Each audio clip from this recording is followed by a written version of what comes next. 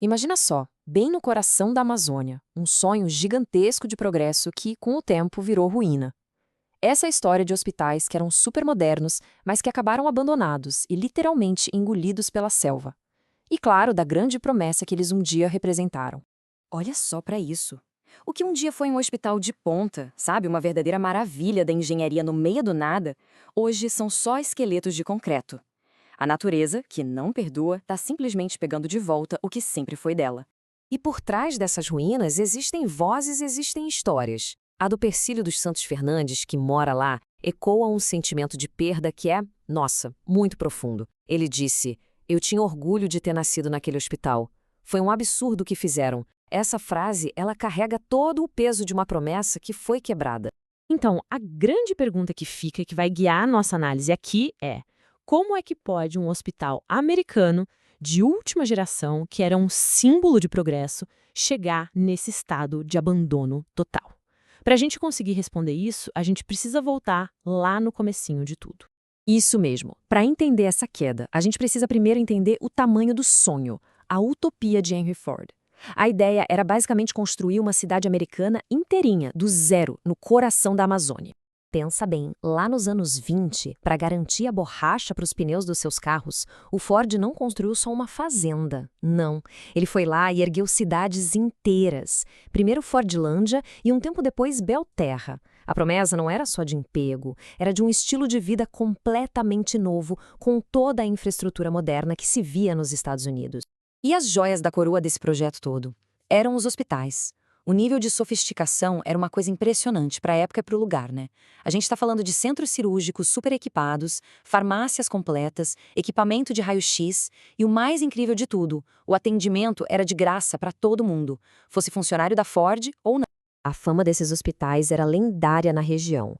Uma ex-funcionária conhecida como Chica resumiu perfeitamente.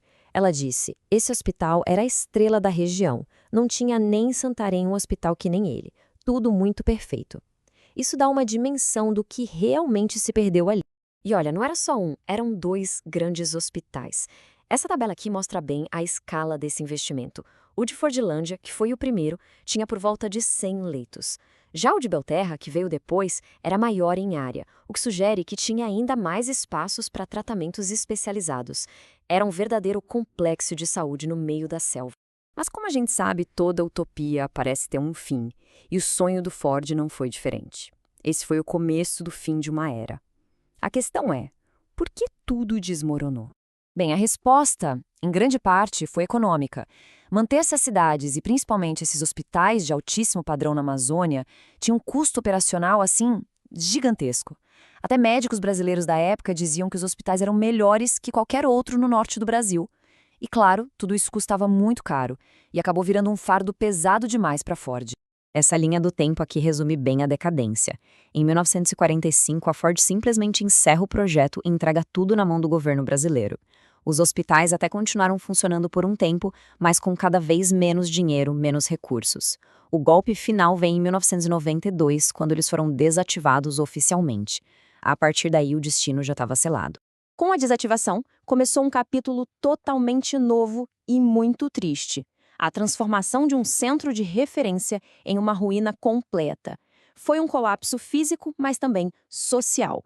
Primeiro, vamos guardar bem essa imagem. Esse era o Hospital de Fordlândia em 1933. Parecia um farol de modernidade, né? Limpo, imponente, um símbolo de ordem e progresso no meio da floresta. Agora, olha só o mesmo prédio em 2017. O contraste é brutal, né? E o mais curioso é que o abandono levou os dois hospitais a caminhos de destruição diferentes, mas igualmente trágicos. Em Forlândia, a ruína foi um processo lento. Depois que foi desativado, o prédio foi saqueado. As pessoas levaram telhas, cobre, qualquer coisa de valor. Já em Belterra, o fim foi rápido e violento. Um incêndio enorme e até hoje meio misterioso, lá por 2005, que reduziu tudo a cinzas. O morador de Fordlândia, o Fábio Pimenta, explica um pouco a lógica por trás desse saque. Ele disse: "Quando algumas pessoas começaram a deteriorar, outras também se sentiram no direito de retirar, e assim foi se acabando." É um relato bem triste de como o abandono por parte das autoridades pode levar a um desmanche coletivo. Já em Belterra, a memória é de choque, de mistério. A Miriam Souza conta: os belterenses se impressionaram com o hospital em chamas. Até hoje não se sabe como o incêndio começou. Uma perda que, além de tudo, ficou envolta em dúvidas. E depois de tudo isso, o que sobrou? Bem, sobrou um legado mal resolvido, marcado por um vazio enorme na saúde que ficou para trás e que existe até hoje. O impacto disso é direto, é duradouro. A destruição desses hospitais de referência criou um vácuo na saúde da região. Hoje, para ter um atendimento hospitalar, os moradores de Fordland e Belterra precisam viajar horas e horas de barco até Santarém. E para a gente ter uma noção do tamanho desse vazio, dá uma olhada nesse número aqui, 1,38. Essa é a quantidade de médicos para cada 1.000 habitantes no estado do Pará. É a menor concentração de todo o Brasil. A perda dos hospitais da Ford faz parte de um problema muito maior e que ainda está bem longe de ser resolvido. Então, o ponto crucial aqui é que a perda não é só física, não é só o prédio. É uma ferida aberta na memória e na identidade da comunidade. Os pesquisadores que estudam a região descrevem um sentimento de vazio, sabe? Uma sensação de ausência onde antes existia muito orgulho. O orgulho de ter nascido ali, de ter trabalhado ali. E tudo isso nos deixa com a pergunta final para a gente refletir. Quando um projeto grandioso de progresso é simplesmente abandonado, qual é o nosso dever com as ruínas? E, o que é mais importante, com as pessoas que ficam para trás?